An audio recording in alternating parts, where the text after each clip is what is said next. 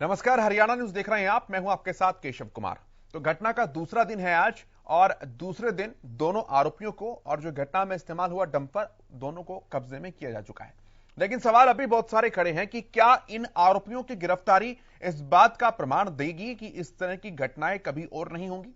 क्या इन दोनों आरोपियों की गिरफ्तारी इस बात का प्रमाण देंगी कि अवैध खनन प्रदेश के अंदर जो चल रहा है, जितना भी चल रहा है, वो बंद हो जाएगा? और क्या इन दोनों की गिरफ्तारी इस बात का प्रमाण है कि हकीकत में हत्यारे केवल यही दो हैं, इनसे ऊपर कोई भी नहीं, या फिर यही सबसे निचली कड़ी है उस पूरी श्रृंखला के? बात करेंगे बहुत गंभीर मुद्दे पर। रिपोर्ट पहले देखिए, पूरे मुद्दे को समझिए।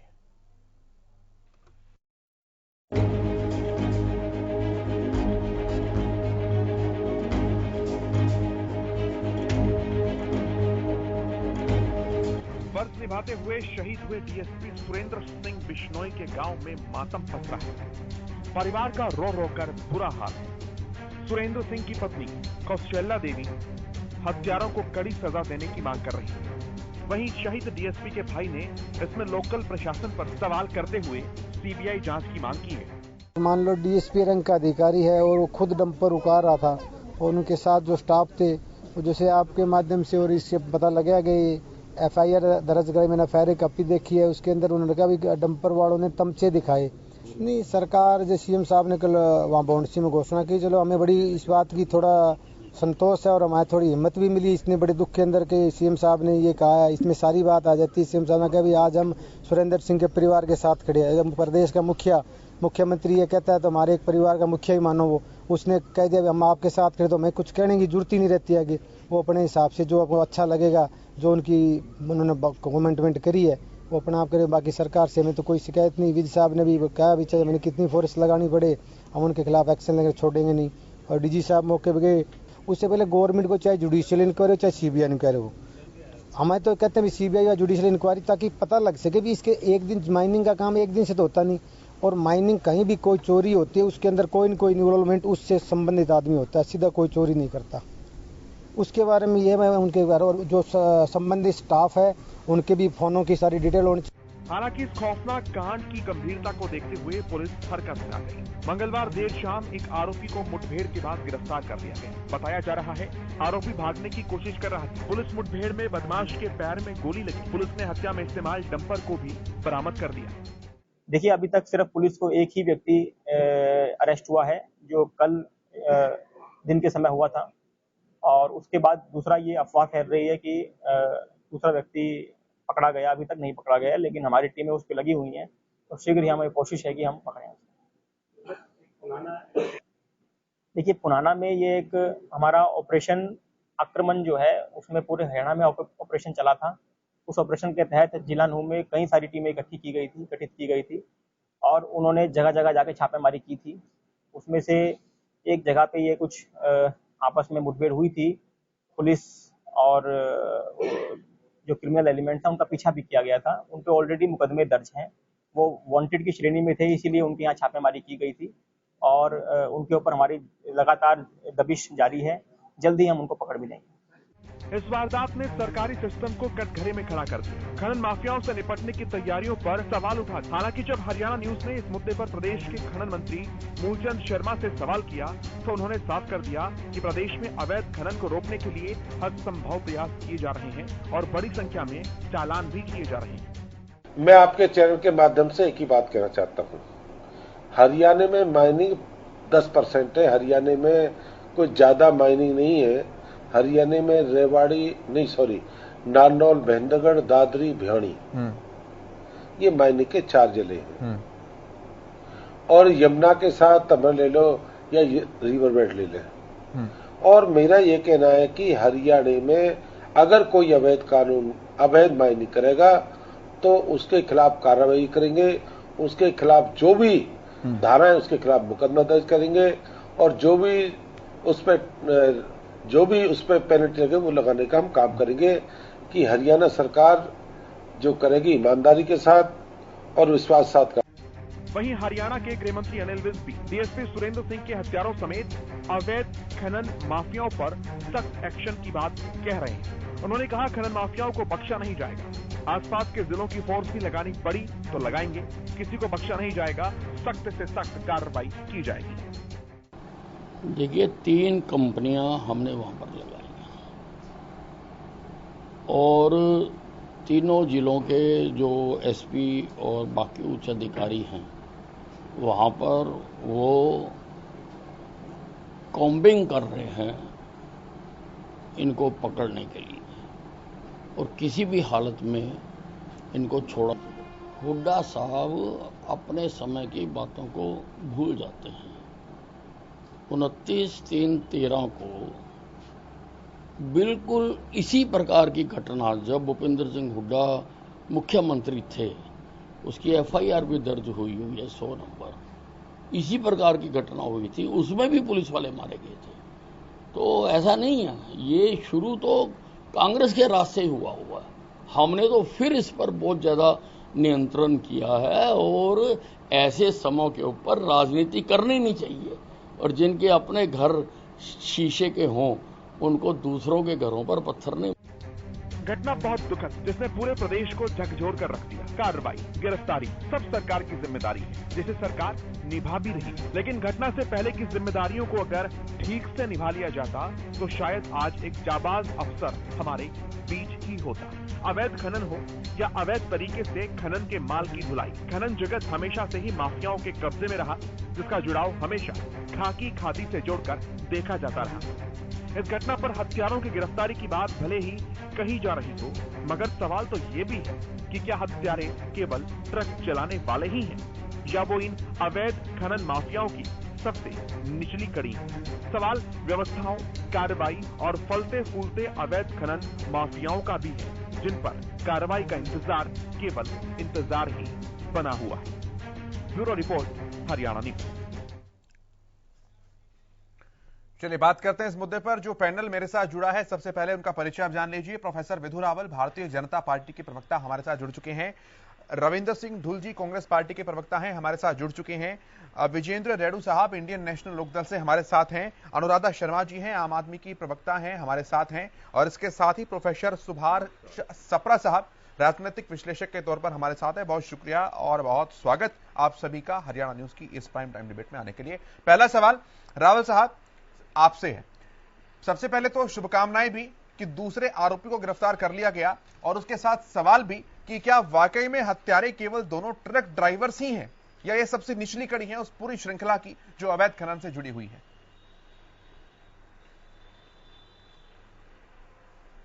देखिए, कल इक्कर को गिरफ्तार किया था। इक्कर सन ऑफ सद्दीक, जो कि क्लीनर और हेल्पर था विलेज पचगांव का। और अभी थोड़ी देर पहले हमने खबर सुनी है जैसे कि शब्बीर इलियास मित्तर का असली नाम शब्बीर है, सन ऑफ इशाक, जो ड्राइवर था, जो मुख्य अभियुक्त था, जो मुख्य आरोपी था, उसको गिरफ्तार कर लिया गया है।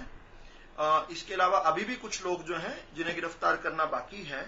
जो इसके साथ जो लेबर चल रही थी वो लेबर भी इसी गांव की है, कोई बाहर का व्यक्ति नहीं है इसमें।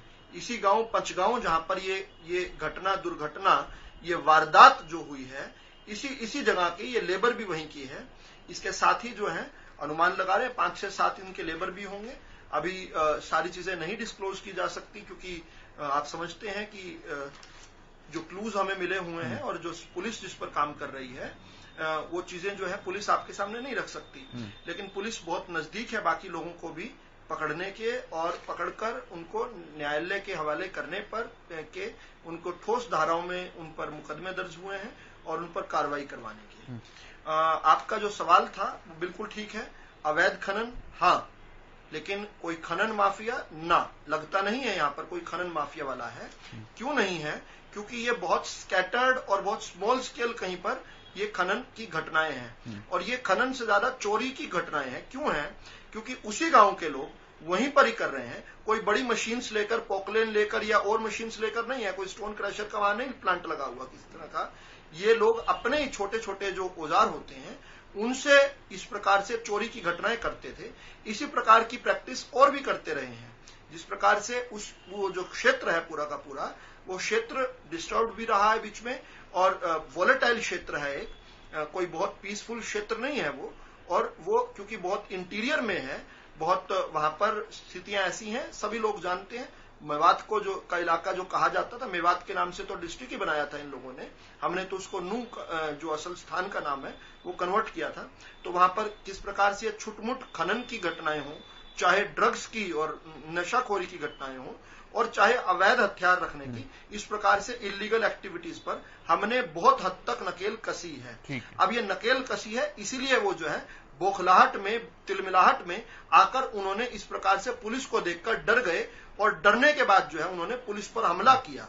ये अगर पुरानी सरकारें होती तो शायद ये हो सकता था कि वो ड्राइवर वहां बस निकलता, डीएसपी जो उस समय के डीएसपी होंगे उनको धमकाता और जेब से फोन निकालकर अपने राजनीतिक आकाओं से फोन पर बात करवाता। लेकिन यहां पर क्योंकि पुलिस का खौफ है, इस कारण से वो जो है डर गए, और जो हमारे जाबाज डीएसपी हैं, जो शहीद हुए हैं, जिन्होंने अपनी जान पर खेलकर इस पूरे की पूरी अपनी जानकारी पर कार्रवाई की, वो जो है वो उसी पर।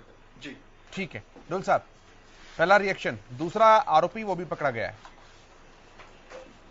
देखिए, आरोपियों को पकड़ने के लिए मैं हरियाणा पुलिस को बधाई देता हूँ। न्याय के पास इतनी जल्दी जो है इन आरोपियों को पकड़ करके न्याय के हवाले किया, और कोर्ट इस तौर पर मेरा मानना है कि सबसे सख्त और जो शहीद सुरेंद्र जी हैं उनको इंसाफ मिलेगा, उनको न्याय मिलेगा। बाकी जहाँ तक बात इसी खनन की, जो गैर कानूनी खनन की जो घटनाएं हैं, ये गैर कानूनी घटनाएं न केवल आपका मेवात का क्षेत्र बल्कि दादरी, नारनौल, महेंद्रगढ़ के क्षेत्र में भी लगातार जो अरावली का क्षेत्र वहां पर भी व्याप्त है, और आपका जो शिवालिक का क्षेत्र है, जैसे कि पंचकुला का क्षेत्र है, यहाँ पर भी है, और यमुना जहाँ पर चलती है पानीपत के अंदर तो जो है यहाँ पर हर जगह पर जो है खनन गैर कानूनी के लगातार बातें जो है सुनने को भी मिलती है। इस प्रकार के छापे भी पड़ते हैं और उसमें लगातार गाड़ियां पकड़ी भी जाती रही। तो ऐसा नहीं कहा जा सकता कि गैर कानूनी खनन जो है वो किसी एक क्षेत्र के अंदर है, बल्कि पूरे हरियाणा के अंदर जो एक समस्या बनकर के खड़ी हुई है। इसके ऊपर नकेल कसे सरकार, इसका विदु जी कह रहे हैं कि ये अवैध खनन नहीं है, इसे चोरी की कैटेगरी में रखा जाएगा। देखिए, अवैध खनन क्या होता है हमें समझना पड़ेगा। अवैध खनन कह रहा हूँ, खनन माफिया जो शब्द उपयोग किया जा रहा है उसके लिए कह रहा हूँ। अच्छा, जी जी जी जी, क्योंकि इसको बड़ा अवैध खनन तो है, लेकिन खनन माफिया वाली जो बात है वो गलत है। हाँ, तो खनन, जहाँ तक बात खनन माफिया वाली चीज है, बिल्कुल ऐसा लगता है विदु जी बिल्कुल ठीक कह रहे हैं कि कहीं ना कहीं शायद ये ऑर्गेनाइज्ड क्राइम का हिस्सा नहीं है। इस प्रकार की बातें सामने आ रही है। लोकल कुछ लोगों ने वहां पर छोटा मोटा खनन किया, डंपर भरा, उसको मार्केट के अंदर बेचने के लिए ले गए। बट ये जो लार्जर पर्सपेक्टिव में देखें तो जो आपका जो बॉर्डर का इलाका है उसके अंदर आपका मेवात भी आता है, आपका नारनौल भी आता है, रेवाड़ी का क्षेत्र जहाँ पर अरावली की है राजस्थान से हरियाणा के अंदर आती है और इंटीरियर के अंदर आती है। फिर बॉर्डर का इलाका है, इसमें जो है अवैध खनन की जो घटनाएं, यहाँ पर भी जो आपकी जीटी रोड बेल्ट है, यहाँ पर भी बॉर्डर का इलाका है, यूपी हो चाहे वो हो, तो ज्यादातर इस तरह की घटनाएं यदि आप देखेंगे हरियाणा के अंदर वो बॉर्डर के इलाकों के अंदर आपको मिलेगी। उसमें ये छोटे मोटे जो ये क्रिमिनल्स हैं, ये इस तरह की घटनाएं करके अक्सर जो है दूसरे प्रदेश में भागने का प्रयास करते हैं। और ये एक ऑर्गेनाइज क्राइम, इसको मैं इसलिए नाम दे रहा हूँ, हालांकि ये ऑर्गेनाइज हो सकता है गैंग का हिस्सा ना हो, लेकिन ऑर्गेनाइज क्राइम का इसलिए एक नाम दे रहा हूँ क्योंकि इनके रूट और हर चीज इनकी पहले से सेट होती है कि हम कहाँ से लेकर के जाएंगे, कैसे लेकर के जाएंगे, कितना माल निकालेंगे। ये रिपीटेड ऑफेंडर्स है, तो ऑर्गेनाइज क्राइम है ये। ऑर्गेनाइज क्राइम आपके भाई जो कह रहे हैं, फिर लोकल प्रशासन का भी लापरवाही या इसमें मिलीभगत हो सकती है, तो वो तो ठीक हो गई आपके लिहाज से बात। फिर लोकल प्रशासन के बिना इंक्लूजन के कैसे होगा ये? देखिए, लोकल प्रशासन इसके अंदर, मैं आपको मैं एक चीज बताता हूँ। पहले हरियाणा पुलिस ने, हरियाणा सरकार ने एक अच्छा काम किया था। अमिताभ भिल्ले जी जो कि आईपीएस ऑफिसर है, उनको डायरेक्टर माइनिंग बनाने का काम किया था। मैं इस बात को पूरी निष्ठा के साथ मानता हूँ कि जब वो बने तो उसके बाद में इस तरह की घटनाओं में कमी आई, क्योंकि वो पुलिस ऑफिसर थे तो उनकी पकड़ भी थी, तो उनकी पुलिस के ऊपर भी पकड़ थी माइनिंग। यहाँ पर एक मुझे याद आ रहा है कि शायद जो है हरियाणा सरकार ने घोषणा भी की थी माइनिंग मिनिस्टर की, मुझे याद आ रहा है, विजय जी मुझे करेक्ट कर देंगे अगर मैं गलत कह रहा हूँ तो। उन्होंने कहा था कि माइनिंग के लिए स्पेशल एक पुलिस जो है उसकी भर्ती की जाएगी, और वो पुलिस केवल और केवल माइनिंग की गैर कानूनी जो इस तरह की काम है उनको पकड़ने का काम करेगी। क्योंकि ये दो अलग अलग डिपार्टमेंट्स हैं, होम और माइनिंग, इन दोनों में आंतरिक जो कोऑर्डिनेशन की कमी है, इसका फायदा ये ऑर्गेनाइज क्रिमिनल जो उठाते हैं और इसके कारण ये घटनाएं लगातार होती है। यदि आप इसके लिए एक one stop one point contact बनाएंगे तो निश्चित तौर पर आपको अधिक सफलता मिलेगी। ठीक है। मैं अनुराधा जी से कमेंट लेता हूं इस बात पर। सुशील गुप्ता जी कह रहे थे कि गुंडा राज है, तो पकड़े गए हैं दोनों आरोपी। अनुराधा जी। केशव जी, सबसे पहले तो मैं आम आदमी पार्टी की तरफ से शहीद सुरेंद्र जी के परिवार के प्रति अपनी पार्टी की ओर से संवेदना व्यक्त करती हूँ। और अच्छी बात है, हमें भी अच्छा लगा ये जानकर कि 2 आरोपी पकड़े गए हैं। लेकिन मेरा सवाल ये है, अभी मैं भाजपा के प्रवक्ता जी की बात भी सुन रही थी, मेरा ये कहना है कि 2004 में सुप्रीम कोर्ट ने अवैध खनन के ऊपर रोक लगाई थी और हम 22 में इस घटना के ऊपर आज चर्चा कर रहे हैं। पिछले 8 साल से रूलिंग पार्टी है भारतीय जनता पार्टी हरियाणा के अंदर। अनेकों शिकायतें लोगों ने सरकार को दी हैं कि अवैध खनन हो रहा है। सरकार ने आज तक क्या किया? आज हरियाणा के अंदर कानून की जो व्यवस्था है, जो कानून की हालत है, वो इतनी लचर है, इतनी बेहाल है कि आप देखिए, जब कोई घटना होती है तो बड़ी बड़ी बातें भारतीय जनता पार्टी के प्रवक्ता भी और सरकार और मंत्री, मुख्यमंत्री करते हैं। मुझे बताइए कि हरियाणा के अंदर विधायकों को धमकी दी जा रही है। हरियाणा के अंदर डीएसपी, एक तरफ भारतीय जनता पार्टी के जो कैबिनेट मंत्री हैं मूलचंद शर्मा जी कह रहे हैं कि वो वन क्षेत्र था, वहां खनन हो ही नहीं सकता, वहां खनन नहीं था। अगर वहां खनन नहीं था तो डीएसपी वहां पे गए क्यों? और अगर डीएसपी वहां पे गलत गए थे तो मुख्यमंत्री जी ने उनको शहीद का दर्जा कैसे दे दिया? सरकार के मुख्यमंत्री और सरकार के मंत्री के वक्तव्य में ही तालमेल नहीं है। समझ नहीं है या ये कोई तालमेल नहीं है। मैं बड़ी जिम्मेदारी के साथ ये बात कहना चाहती हूँ कि पूरे हरियाणा के अंदर मैं आपको अनेकों मामले बता सकती हूँ आपको, मुझे लगता है पूरी जिम्मेदारी के साथ ये बात कहना चाहती हूँ कि सरकार के संरक्षण के बिना अवैध खनन का माफिया, खनन का काम, आपराधिक काम कर ही नहीं सकता। सरकार में बैठे हुए लोगों का संरक्षण अवैध खनन करने वाले माफिया को प्राप्त है और उनको आज भी आप देख लीजिएगा, यदि इसमें सीबीआई की जांच नहीं हुई इस मामले में तो आप देख लेना कि किसी ना किसी ड्राइवर क्लीनर के ऊपर इस मामले का घड़ा फोड़ के और माफिया को बचाने का काम सरकार करेगी। ठीक है, ये मेरा कहना है। मैं जवाब लूंगा इस सवाल का। एक बार पहला रिएक्शन ले लूं। सबसे रेडू साहब से ले रहा हूं पहला रिएक्शन। सुभाष जी के पास आऊंगा, फिर तुरंत आपके पास आऊंगा रावल साहब। रेडू साहब बोलिए। सबसे पहले तो सुरेंद्र जी के परिवार को बहुत बहुत संवेदनाएं हम प्रकट करते हैं पूरी पार्टी की तरफ से और मैं अपनी तरफ से भी, और भगवान से प्रार्थना करते हैं कि उनके परिवार को क्षतिपूर्ति की शक्ति प्रदान करे। देखिए केशव जी, बड़ा गंभीर मुद्दा है और बहुत धन्यवाद आपका करता हूं कि आपने इस मुद्दे को डिबेट के लिए चुना। आज जिस प्रकार से खनन माफिया आज हैवी होता जा रहा है हरियाणा प्रदेश में, गैंगस्टर और खनन माफिया शुरू से ही बहुत ही जो ना प्रभावी हो गए हैं। ये जिस प्रकार से गैंगस्टर की हम बात लें तो एमएलए तक को इन्होंने थ्रेटनिंग देना शुरू कर दिया, फिरौती मांगना शुरू कर दिया, जिससे तंग आकर के हमारे विधायक ने इस्तीफा तक की ऑफर विधानसभा अध्यक्ष को दी है। इसी प्रकार से आज एक नई घटना ये आई कल जो है कि उसको डीएसपी को टेंडर के नीचे कुचल दिया गया। देखिए कहीं ना कहीं एक ड्राइवर की और एक जो क्लीनर है उसकी, मैं मानता हूं ये इतनी हिम्मत नहीं हो सकती कि वो डीएसपी के ऊपर वो अपना टेंडर चढ़ा दे। उसके पीछे जरूर किसी बड़ी ताकत का हाथ था और उसको जरूर कहीं ना कहीं ये आदेश था भाई किसी भी सूरत में आपने गाड़ी को नहीं पकड़ने देना है, गाड़ी को बचा करके निकालना है, चाहे आपको कोई भी एक्शन लेना पड़े। ड्राइवर तो एक नौकर होता है, वो नौकरी के लिए इतना बड़ा रिस्क नहीं लेगा कि उसके पता है अगर किसी पुलिस के ऊपर डीएसपी रैंक का एक बड़ा रैंक होता है उसके ऊपर वो कैंटर चढ़ा रहा है तो उसकी अपनी ताकत नहीं है, उसकी अपनी हिम्मत नहीं है। तो मैं इस बात से नहीं नकारता कि बेशक वहां छोटा मोटा खनन का काम हो, बेशक बड़ी माइनिंग ना हो, लेकिन इसके बावजूद भी वहां पर जो खनन का कार्य चल रहा है हम उसको चोरी नहीं कह सकते।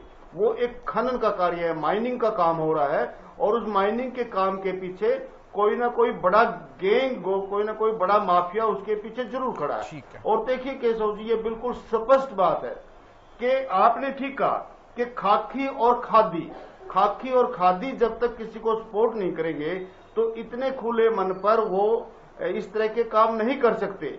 अभी हमारी ये बहन आप पार्टी वाली बता रही थी कि 2004 में सुप्रीम कोर्ट का आदेश हुआ कि खनन माफिया को पूर्ण रूप से रोक दिया जाए। इसके बाद अपने डाडम में देख लीजिए क्या हुआ, किस प्रकार से अवैध खनन हो रहा था। इसी प्रकार से भी नूह में आ गया, और डाडम में भी कई आदमियों को अपनी जान गंवानी पड़ी थी, आज यहाँ पर जान गंवानी पड़ी है। और सरकार जो है अपना अगर इस बात को कह करके पल्ला झाड़ना चाहे कि ये संवेदनशील इलाका है, यहाँ छोटी मोटी घटनाएं होती रहती है, यहाँ अवैध हथियार भी होते हैं, ये भी होते। अरे भाई, अगर अवैध हथियार भी हैं, छोटी मोटी चोरी मोरी की घटनाएं होती रहती है, तो जब आपको पता है सरकार के नोटिस में है कि ये इस प्रकार का एरिया है, तो इसके ऊपर नियंत्रण क्यों नहीं किया गया? ये पूरा क्वेश्चन सरकार के ऊपर देखिए उठता है। ये अच्छी बात है कि सरकार ने अच्छा किया कि तुरंत 2 दिन के अंदर 2 आदमियों को गिरफ्तार किया है, लेकिन 2 आदमियों से काम नहीं चलने वाला है केशव जी। इसके इंक्वायरी होनी चाहिए, जुडिशियल इंक्वायरी होनी चाहिए, सीबीआई से होनी चाहिए और इसकी तह तक जाना चाहिए। ठीक है सुभाष जी। जो खनन, अवैध खनन, इसकी समस्या ये शुरू से चली आ रही है। ये सिर्फ हमारे हरियाणा में नहीं, इंडिया में भी जहां भी रेत, गिट्टी, ये जहां पत्थर है, जहां रिवर्स हैं, वहां पे अवैध खनन होता है। और हरियाणा में चाहे वो सरकार देखो कोई भी रही हो, चाहे वो आज भाजपा की सरकार है, ये जो क्षेत्र है, चाहे वो गुड़गांव है, फरीदाबाद है, ये अरावली है, नूह है, महेंद्रगढ़ है, हर जगह अवैध खनन होता है। पीछे तो शाम में भी अभी पीछे हादसा हुआ था जहां पे मजदूर की मौत हुई थी। तो ये अब ये जिम्मेवारी किसकी होती है? ये जिम्मेवारी सरकार की होती है, जो सत्ताधारी सरकार है। अब ये अभी रावल साहब ये कह रहे थे भाई इसे हम चोरी कहेंगे। मैं भी कल वैसे मैं तावड़ू ही था, उसी क्षेत्र में था, कल वहां पे कोई एग्जाम था, तो मैंने देखा और सारी पूरा पहाड़ी एरिया, दूर दूर से बारिश आ रही है और सारा पहाड़ी एरिया है। और रात को अब इसमें जो लोकल रेजिडेंट है, क्योंकि उनके लिए जो है ना अवैध खनन बड़ा आसान हो जाता है, क्योंकि वहां वो प्रशासन से मिला हुआ होता है, बिल्कुल हर किसी को पता होता है। और जब तक हमारे वहां के जो नेताजी हैं या जो प्रशासन है, अगर वो कार्रवाई करे तो कोई दुस्साहस नहीं कर सकता, किसी की हिम्मत नहीं होती। हम देखते हैं वहां पे ट्रक आराम से वो जो है डंपर आ रहे होते हैं, तावड़ू के एरिया उतर नीचे सोना आ रहे होते हैं। तो ये जिम्मेवारी आखिरकार किसकी होती है? बिल्कुल प्रशासन की होती है। अगर वो सख्त रवैया अपनाए तो किसी की हिम्मत नहीं कोई वो इस तरह से अवैध खनन करे। और कल का जो हादसा है बड़ा दुखदाई है। एक डीएसपी जो अभी 31 अक्टूबर को रिटायर होने वाले थे, इस उम्र में इस तरह से वो मतलब जो है उनकी हत्या कर दी जाए।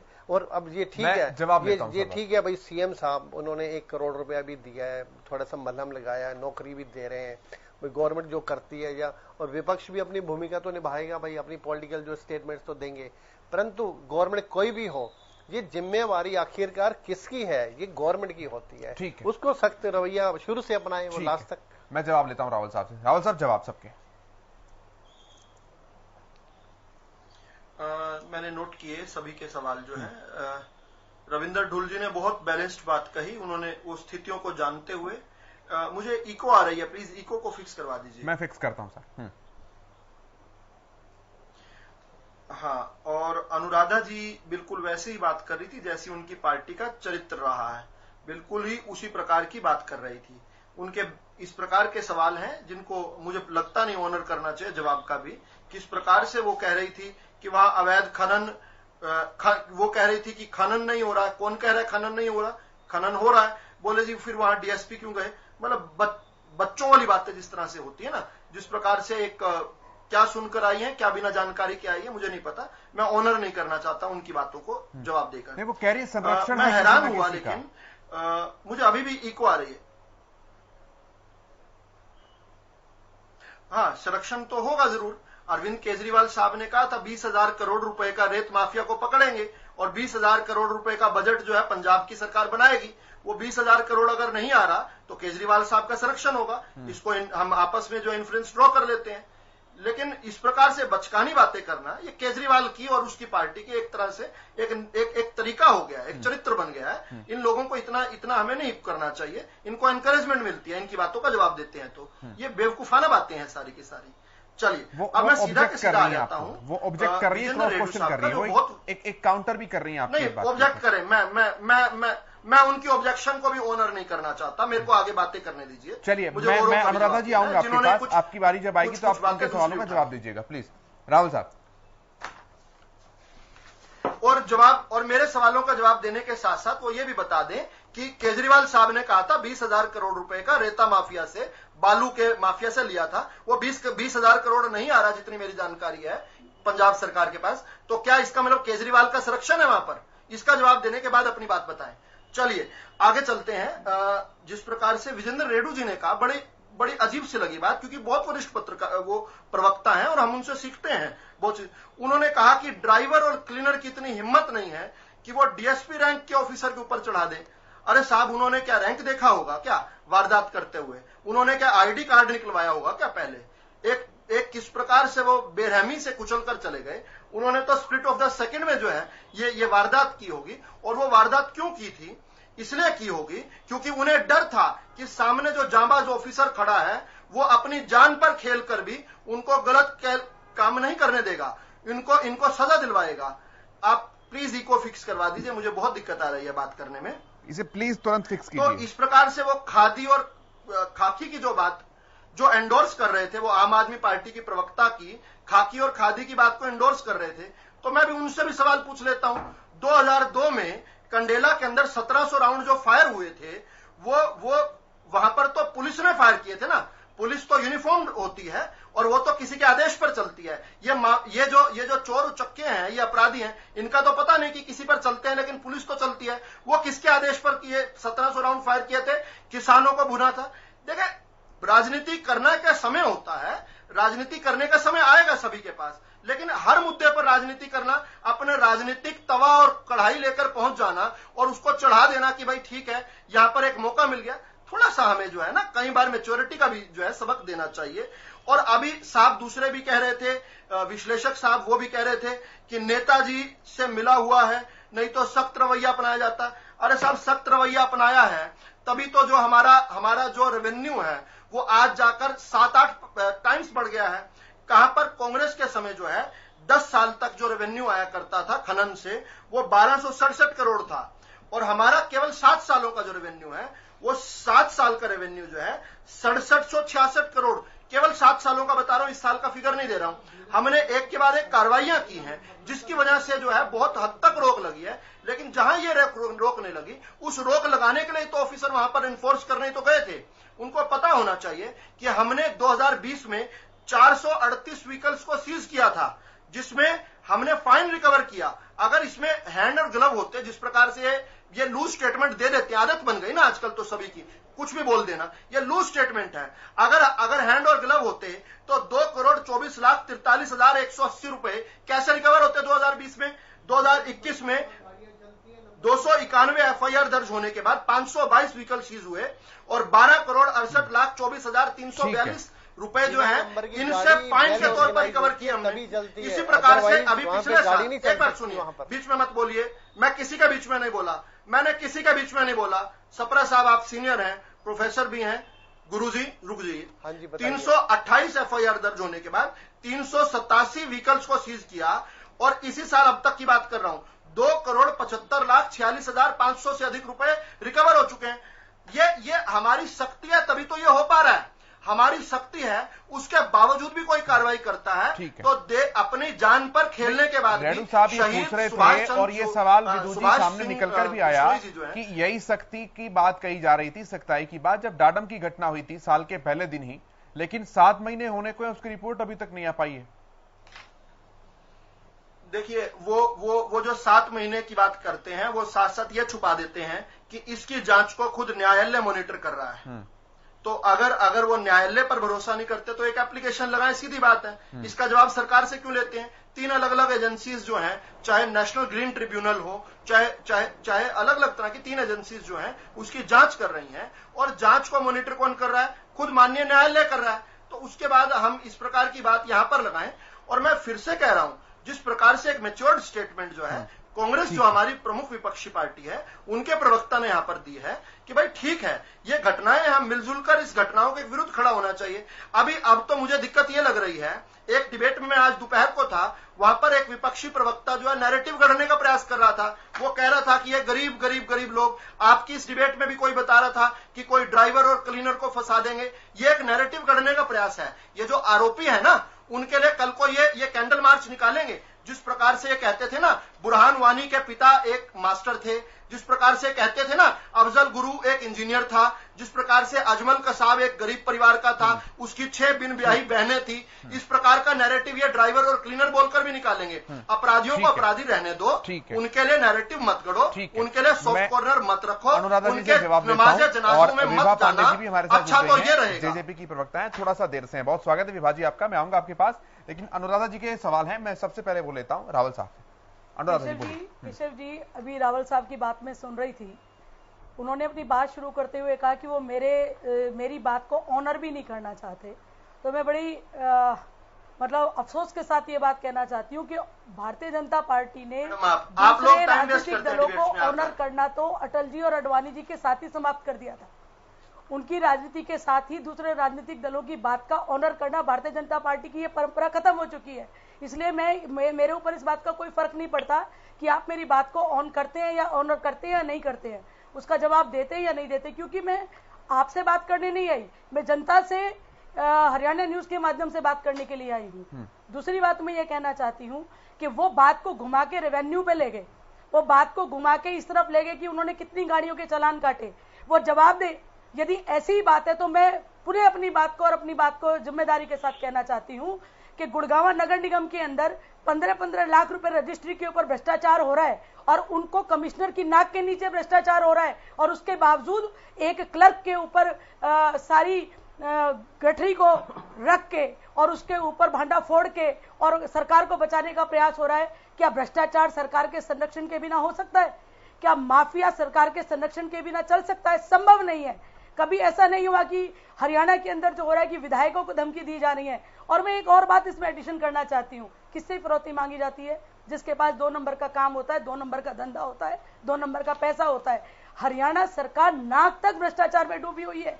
2000 करोड़ का घोटाला फरीदाबाद नगर निगम का सामने आया है। खुद मुख्यमंत्री जी के कार्यालय में करोड़ों रुपए की रिश्वत का मामला सामने आया है। आप मुझे बताइए, उन बातों का जवाब दीजिए ना। आप मेरी बात को ऑनर नहीं करना चाहते और आपने अपनी पूरी बात के समय में से 3 हिस्से समय आम आदमी पार्टी का बखान करने में निकाल दिया, तो ऑनर तो आपने कर दिया, जनता सब देख रही है। और रावत साहब, आपके आंकड़े गिनाने से बात घूमेगी नहीं, आपके आंकड़े गिनाने से बात दबेगी नहीं। समय आ रहा है, जनता सवाल पूछेगी और भारतीय जनता पार्टी को जवाब देना पड़ेगा। ये छोटा मामला नहीं है। हरियाणा के अंदर, गुड़गांव के अंदर आम आदमी पार्टी को भारतीय जनता पार्टी क्या सुरक्षा देगी? आज एक डीएसपी को कुचल दिया गया। मैं बिल्कुल सहमत हूं इस बात से जो अभी रविंद्र जी कह रहे थे कि एक क्लीनर की, एक ड्राइवर की हिम्मत हो सकती है क्या डीएसपी को कुचलने की? और ये साजिश नहीं है, जो उनके साथ लोग थे उनको खरोच तक नहीं आई। ठीक, एक ईमानदार ऑफिसर का इस तरह से हत्या कर देना और उसको आप चोरी की घटना बता के उसको आप वहां के लोगों की छोटी मोटी हरकत बता के उसके ऊपर पर्दा डालना चाहते हैं। ये परंपरा भारतीय जनता पार्टी में शुरू हो चुकी है, लेकिन इस परंपरा को जनता देख रही है और इसका समय आने पे आपसे जवाब मांगा। 10 सेकंड दीजिए प्लीज। रावल साहब, ठीक है, बोलिए, फिर मैं आता हूं पांडा जी के पास। हाँ, सिर्फ 10 सेकंड। अभी मैं जानता था केजरीवाल की पार्टी से कोई आए और वो इस प्रकार की बात ना करे, ये उम्मीद भी की जाती है। हालांकि वरिष्ठ महिला हैं, बुजुर्ग भी हैं, इसके बाद भी जो है बड़ी अजीब सी बात कही। इन्होंने पुलिस और पुलिस में भेद कर दिया बेबी ना। इन्होंने कहा कि बाकी जो उनके साथी थे उनको ये कटघरे में खड़ा कर चुकी हैं अभी। यानी ये जज, ज्यूरी और एग्जीक्यूशनर खुद बन गई हैं और इन्होंने अभी उनकी निष्ठा पर भी सवाल खड़े कर दिए हैं। देखिए, मुझे लगता है कि मैच्योर पॉलिटिक्स नहीं है, इसलिए मैं ऑनर नहीं करना चाहता इनके जवाब को, क्योंकि ये लोग समाधान नहीं लेकर आते, ये केवल समस्या बढ़ाने के लिए बैठे हुए हैं और इसलिए इनको कोई सीरियसली नहीं लेता। हरियाणा में तो कोई सीरियसली नहीं लेता। रावत जी, मैं आपकी बात का जवाब देना चाहती हूँ। मैंने अभी मार्च में आम आदमी पार्टी को ज्वाइन किया है। मैडम आप और डिबेट को प्लीज डिटेल ना 35 साल मैंने भारतीय जनता पार्टी की राजनीति की है। आप एक बात और मैं आपने मार्च में आपसे क्षमा चाहती हूँ, आप बड़े हैं, आपको रोक रही हूँ। आपने अगर मार्च में ज्वाइन किया है तो अप्रैल, मई, जून, जुलाई, अब तो हम अगस्त का वेट करें। आपका क्या चीज आएगी? मेरे 35 साल के अनुभव को पड़ी हुई आपके आपको मेरे 35 साल के अनुभव के पीछे वो अभी तक रिजाइन नहीं कर रहे, पूरी आ रही है। अनुराधा मैडम, आप भ्रष्टाचार की बात मत करिए। अगर भ्रष्टाचार हरियाणा में आ रहा है तो क्योंकि वो पकड़ा जा रहा है। और पहली बात तो मैं अपनी बारी से पहले बोल रही हूँ, बहुत ही ये दर्दनाक चीज हुई है, बहुत ही दुखद चीज हुई है। इसके लिए परिवार वालों को जितना भी बोला जाए, जितनी भी उनका दुख है, भगवान कम करे उनको और दिवंगत आत्मा को शांति दे।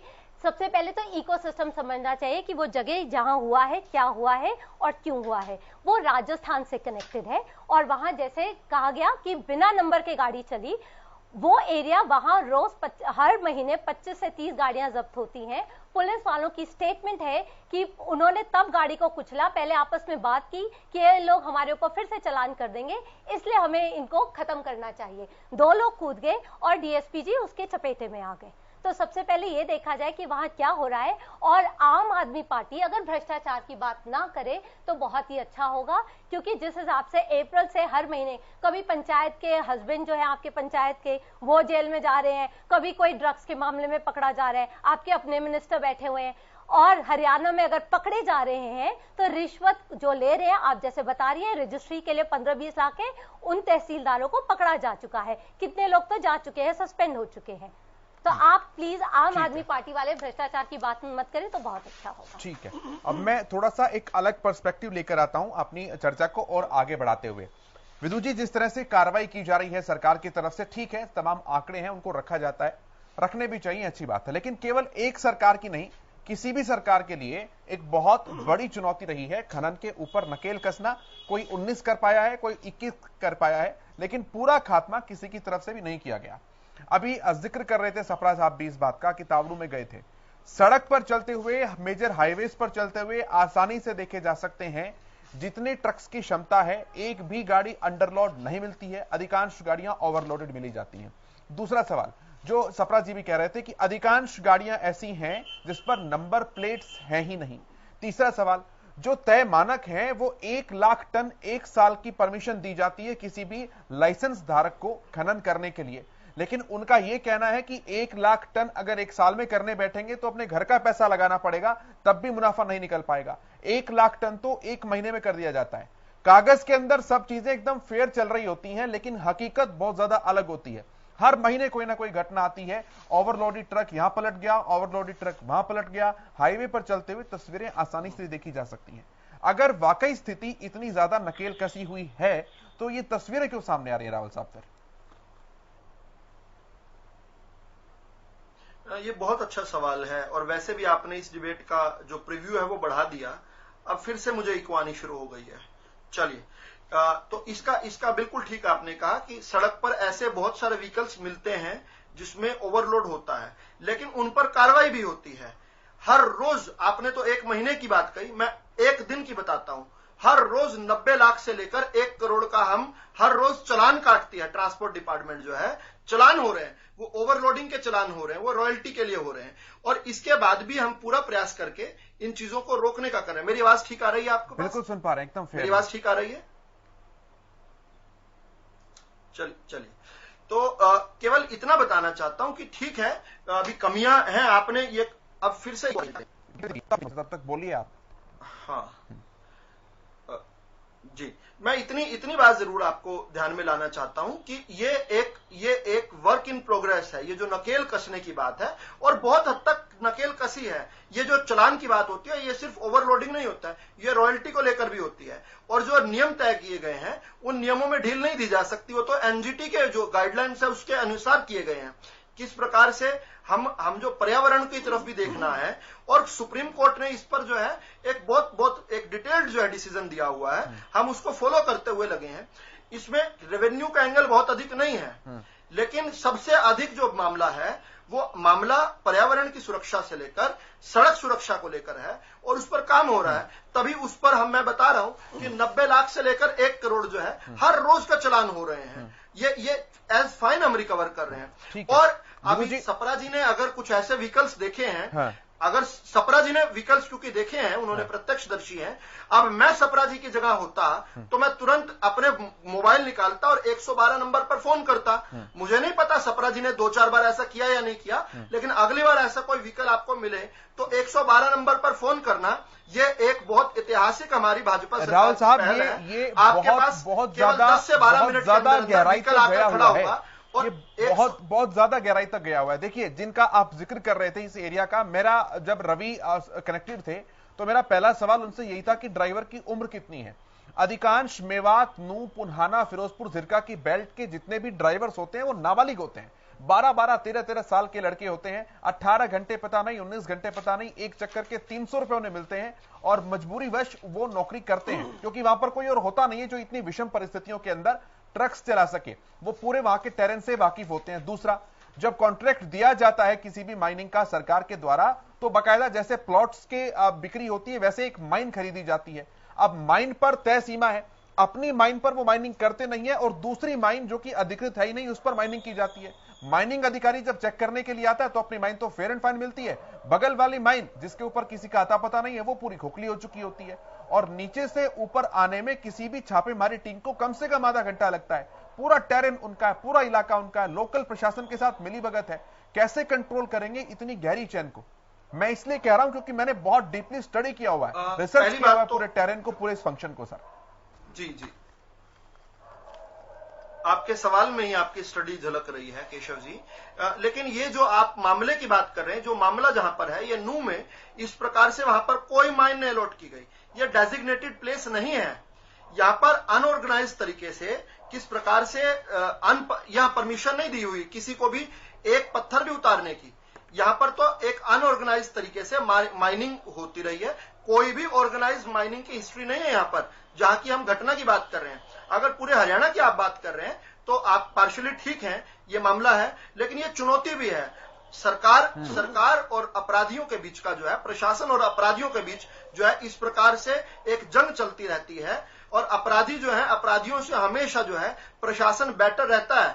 आज नहीं तो कल ये खत्म होना ही होना है। हम बहुत हद तक इसको नीचे लेकर आए हैं, लेकिन this is work in progress. इस पर काम हो रहा है और काम हो रहा है तभी तो फाइन्स हमारे सामने है, तभी तो इतने सारे व्हीकल्स और इतने सारे हमने पोकलेंस को आज तक जो हमने पकड़ा, सीज किया है। हमने सख्त कानून भी बनाए हैं, हमने उन कानूनों को सख्ती से लागू भी किया है। अब प्रॉब्लम अगर कानून बनाने को लेकर है तो ये एक जो घटना है इसने एक अवसर दिया है, इस पर भी चर्चा हो सकती है। क्या और सख्त कानून बनाने की जरूरत है या इसको सख्ती से एग्जीक्यूट करने की है? यहाँ आपके पास प्रबुद्ध पैनल है, ये इस पर अगर चर्चा करें तो मुझे लगता है बेहतर रहेगा। ठीक है डुल साहब, रावल साहब भी कह रहे हैं क्या कानून को और ज्यादा सख्त बनाने की आवश्यकता है? क्योंकि कानून तो अब भी है, सवाल तो सारा एग्जीक्यूशन पर आकर रुकता है।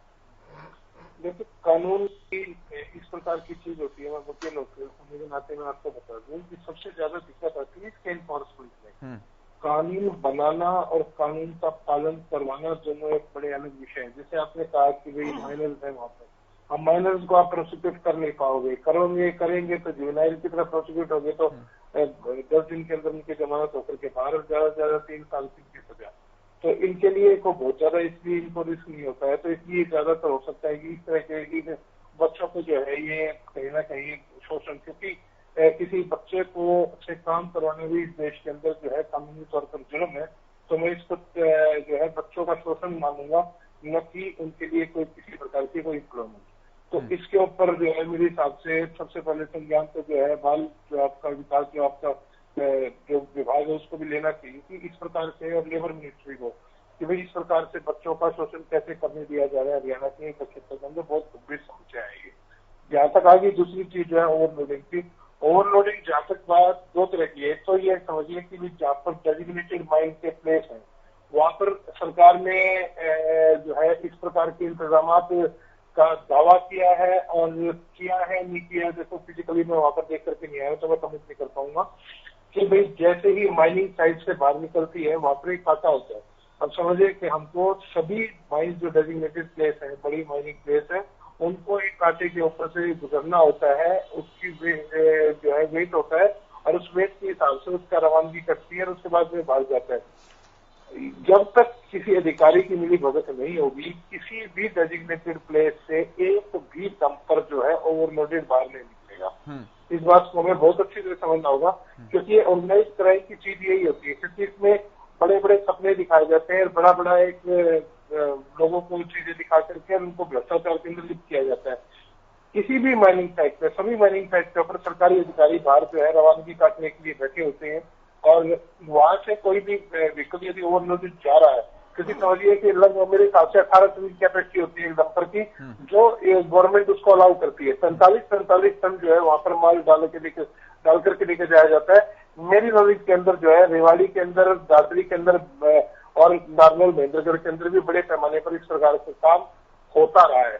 तो क्यों उन धर्म कांटों से बाहर निकाल करके, सरकारी कांटों से बाहर निकाल करके उनकी रवानगी काटी जाती है? क्यों नहीं उनको उसी प्लेस के ऊपर रोक दिया जाता ओवरलोडिंग को जहां से उसकी शुरू होने की संभावना है? ये संभावना बिल्कुल नहीं, हमें समझना पड़ेगा कि भाई थोड़ा माल लेकर के जाएंगे। एक पैरेलल व्यवस्था खड़ी की है उन लोगों ने, एक पैरेलल व्यवस्था खड़ी की है। हर नाके का एक मूल्य तय है, एक एंट्री फीस तय है, वो एंट्री देनी पड़ती है, धड़ल्ले से चलती है गाड़ियां, फिर कच्ची पर्ची चलती है, वो बताती है। कच्ची पर्ची चलती है, उसके ऊपर साइन होते हैं और वो साइन दिखा करके आप किसी भी नाके से निकल सकते हो। ये व्यवस्था जब माइनिंग से आप बाहर निकलते हैं और जब तक आप एक क्रोशर तक जाता है वो डंपर, तब तक लगातार चलती है, उसके अंदर कहीं भी उन्हें रोका नहीं जाता। ये ऑर्गेनाइज सिंडिकेट जो है, ये जो ऑर्गेनाइज क्राइम है, सबसे बड़ा चैलेंज है, सबसे बड़ा चैलेंज है किसी भी सरकार के लिए। और यहाँ पर जब तक आप जो विजिल उसके जो है बड़े अधिकारियों की जो है एक मजबूत वहां पर विजिल नहीं होगी, उनकी एक मजबूत इच्छा शक्ति नहीं होगी, आप उसे नहीं तोड़ सकते। डेफिनेटली। एक फाइनल कमेंट मैं सभी से ले रहा हूं, समय का सीमा को ध्यान में रखते हुए। सपरा साहब आपसे शुरुआत कर रहा हूं, जल्दी से रखिए अपनी बात। राहुल साहब, सपरा जी के भी चर्चा जरूर करते हैं। मैं वैसे आपको बता दूं राहुल साहब, मैं हरद्वारी लाल गवर्नमेंट कॉलेज तावड़ू में प्रोफेसर रहा हूं, मैं नगीना में रहा हूं, ये मेरा क्षेत्र है। लिविंग इन गुड़गांव, मेरा सोना नू नगीना में मैं रहा हूं। इट इज वेरी इजी, मतलब वहां पे जाना आना हमारा लगा रहता है और हमने जो सीन देखते हैं वो मैं आपको सच्चाई बता रहा हूं। I am not a political person. ये सिर्फ भाजपा गवर्नमेंट का ये सिरदर्दी नहीं है, जो पहले गवर्नमेंट रही है तभी ऐसा रहा है। अब इस पे नंबर, जो गाड़ी पे नंबर लिखा हुआ था HR4A, पूरा नंबर नहीं था।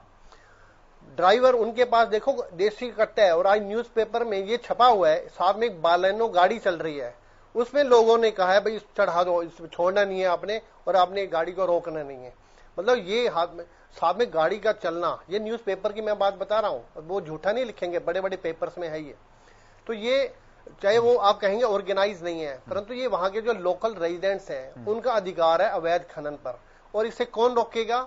ये जिम्मेवारी गवर्नमेंट की है। और बिल्कुल अब ये हमारे साथी कह रहे हैं, बिल्कुल पर्ची चलती है और पर्ची जिला प्रशासन या जो ऊपर जो नेता, वो कोई भी किसी भी पार्टी का हो, जब तक उनकी मिली भगत नहीं है, कोई इतनी हिम्मत ड्राइवर या जो कंडक्टर या क्लीनर एक DSP पे गाड़ी चढ़ा दे इस तरह से, कोई नहीं कर सकता। तो राहुल साहब, आप सिर्फ मीठी सी भाषा देके या सपरा साहब के लिए आप काट पीट करके, you should not use these words. आपको अपनी जिम्मेवारी समझनी चाहिए। और इस तरह का जो हादसा आज ये सिर्फ हरियाणा में नहीं गूंज रहा, पूरे इंडिया में सब चैनल्स पे ये जो इतनी बड़ी इसकी निंदा हो रही है, सारे वो नेता पक्ष है या विपक्ष है उसकी निंदा कर रहे हैं। आप अपनी जिम्मेवारी से की बात कर रहे हैं, हम रूट ऑफ द प्रॉब्लम में जाकर डिस्कस कर रहे हैं आज। केशव जी, आपने सारे फैक्ट्स बहुत अच्छे रखे, लेकिन एक फैक्ट मिस हो गया कि वहां जब भी जाती है प्रशासन कुछ करने के लिए, पूरा गांव इकट्ठा हो जाता है पथराव करने के लिए। सच्चाई है, ये भी सच्चाई ये है। ऐसे में प्रशासन कितना भी करेगा वो कम ही होगा। पर हाँ, इस वारदात के बाद, इस दर्दनाक वारदात के बाद, जैसे अनिल विज जी ने कहा है, माननीय अनिल विज जी ने कहा है कि जितनी भी फोर्स मंगानी है, आसपास के गांव की भी मंगानी है, कितनी भी मंगानी है, आप आइए और इस सबको करेक्ट कीजिए। ये दोबारा से नहीं होना चाहिए। तो हमें उम्मीद है कि अब जैसे ही ड्राइवर वगैरह पकड़े जाते हैं, उनके कॉल रिकॉर्ड से ये देखा जाएगा कौन इसके पीछे है और उन सबके ऊपर कड़ी से कड़ी कार्रवाई होगी। रेडू साहब, फाइनल कमेंट। हाँ केशव जी, देखिए, हाँ मुझे टाइम नहीं मिला बीच में। मैं सबसे पहले तो ये कहना चाहूंगा कि सरकार के जो हमारे प्रवक्ता हैं राहुल साहब, इन्होंने भी एक लाइन खींच रखी है कि हमने बात को मानना ही नहीं। इन्होंने सारे प्रवक्ताओं को नेगेटिव बता करके अपने आप को ऊपर रखने का जहां प्रयास किया, और हर बार इनका ये प्रयास होता है डिबेट को कहीं ना कहीं दूसरी साइड में घुमाने की कोशिश करते हैं, दूसरी साइड में घुमाने की कोशिश करते हैं। और इनको याद नहीं है बस्ताड़ा टोल प्लाजा के ऊपर किस प्रकार से काजल को मारा गया था, और अभी ताजा खेदड़ में धर्मपाल सारण को मारा गया पुलिस के द्वारा। 750 किसानों को बॉर्डर पर मारने का काम किया। तो इस तरह से उसको कहीं ना कहीं दूसरी तरफ ले जाने का प्रयास करते हैं। और नेशनल क्राइम बोर्ड जो है, नेशनल क्राइम रिकॉर्ड ब्यूरो जो है, उसके अनुसार हरियाणा प्रदेश आज क्राइम में 7वें नंबर पर आया हुआ है। ये सारी बातें कहने में हमारी डिबेट बदल जाएगी, लेकिन मैं ये कहना चाहता हूं कि सभी साथियों ने एक मत ये जरूर कहा है कि यहाँ कहीं ना कहीं मिली भगत से ये सब होता है, और सरकार को निष्पक्ष भाव से इसके ऊपर सख्त कार्रवाई करते हुए इसको रोकना चाहिए, ताकि किसी और अधिकारी की जान ना जाए। बगैर मिली भगत के ऐसा नहीं हो सकता, ना ही किसी, अभी जैसे हमारे इन्होंने बताया हमारी बहन ने कि बोलेनो गाड़ी साथ में चल रही है और वो इशारा करते हैं कि ऊपर चढ़ा दो गाड़ी। तो मैंने वही शुरू में कहा था कि किसी न किसी बड़े आदमी का हाथ होता है, तभी ड्राइवर किसी के ऊपर गाड़ी चढ़ाएगा, और वो हाथ कहीं ना कहीं खादी और खादी से मिला जुला होता है, तभी वो बनता है। ठीक है सरकार को भाजपा के प्रवक्ता आपकी बात को, हम सब की बात को नकारते हुए एक बात कह रहे हैं कि हम लोग मैच्योर नहीं है, हम गलत बात सामने ला रहे हैं, हम पॉलिटिकल बयान दे रहे हैं। मैं ये कहना चाहती हूँ नाटकबाजी मत किया उनका बयान, उनका बयान खुद ये बता रहा है तुरंत आपके पास आ रहा हूं, अंदर कितनी पॉलिटिकल मैच्योरिटी है। इस बात को किसी हद तक आप डिस्कस कर लीजिए। इन्हें स्वीकार करना चाहिए कि बिना सरकार के संरक्षण के ये हनन माफिया, ये गैंग है, ये रैकेट है, ये नहीं चल सकता। और सरकार के अंदर बैठे हुए लोग ये खनन माफिया को पूरा संरक्षण दे रहे हैं। ये बात मैं कहना चाहती हूँ सरकार को, इसमें सीबीआई की जांच करवानी चाहिए। दूध का दूध पानी का पानी हो जाएगा। अभी हमारे राजनीतिक विश्लेषक बता रहे थे कि साथ चलती हुई गाड़ी में बैठे हुए लोग कह रहे हैं कि उड़ा दो। मैडम आपका नाम रावल, ये ड्राइवर क्लीनर का काम नहीं है। मैं जवाब लेता हूँ फटाफट से। रावल साहब फाइनल कमेंट जल्दी से। जी, सबसे पहले ये बताना चाहता हूं कि कोई भी इसमें इन्वॉल्व है, चाहे अभी बचे हुए जो लेबरर्स हैं जो उसके साथ थे, या और भी वहां पर कोई है, एक एक व्यक्ति को धरती के नीचे से हो, पाताल से हो, आकाश से हो, कहीं से निकाल कर लाना पड़े, उन पर लाकर कार्रवाई करेंगे। हमारे परिवार से एक व्यक्ति गया है, हम परिवार के व्यक्ति जो है संवेदना रखते हैं। और एक जो है सपरा साहब को भी बता दूं, क्योंकि उन्होंने मेरा नाम लेकर बात कही थी। उन्होंने कहा था कि मैं कहता हूं, लेकिन मैं इतना बता दूं कि सपरा साहब का कर्तव्य की तीसरी केवल इतने में नहीं होती कि उन्होंने कहीं पर कुछ गलत होते देखा और वो यहाँ पर आकर केवल डिबेट में बताएं। जिम्मेदार नागरिक होने के नाते वो अगर 112 नंबर पर अगली बार फोन करेंगे, अगले अभी 112 नंबर पर अगली बार फोन किया करें। ये 112 नंबर पर सुनिए मेरी बात पूरी होने, मैं राहुल साहब की बात का जवाब देना चाह रहा हूं। 112 नंबर पर अगली बार सपरा साहब को जिम्मेवारी देना चाह रहे हैं तो आप अपनी जिम्मेवारी को छोड़ दीजिए। अगर आप जिम्मेवारी नहीं निभा पा रहे हैं, अगर आप जिम्मेवारी नहीं निभा पा रहे हैं, सपरा जी को दे दीजिए। हमारा बहुत मैं आप सभी मेहमानों का शुक्रिया अदा कर रहा हूँ। अगली बार 112 नंबर पर आप 112